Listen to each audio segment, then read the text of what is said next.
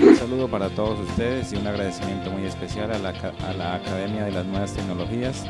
en cabeza del ingeniero Andrés Vázquez y su grupo, por permitirnos y darnos la oportunidad de capacitarnos en mantenimiento de celulares, mirando la necesidad que hay en nuestra región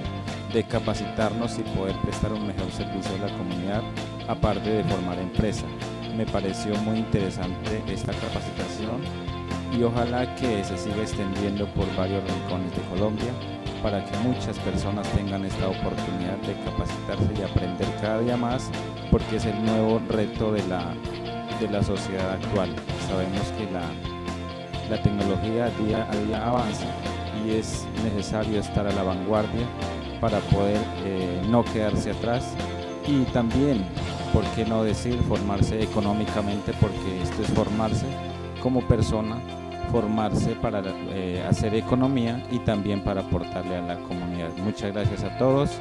y que estén muy bien.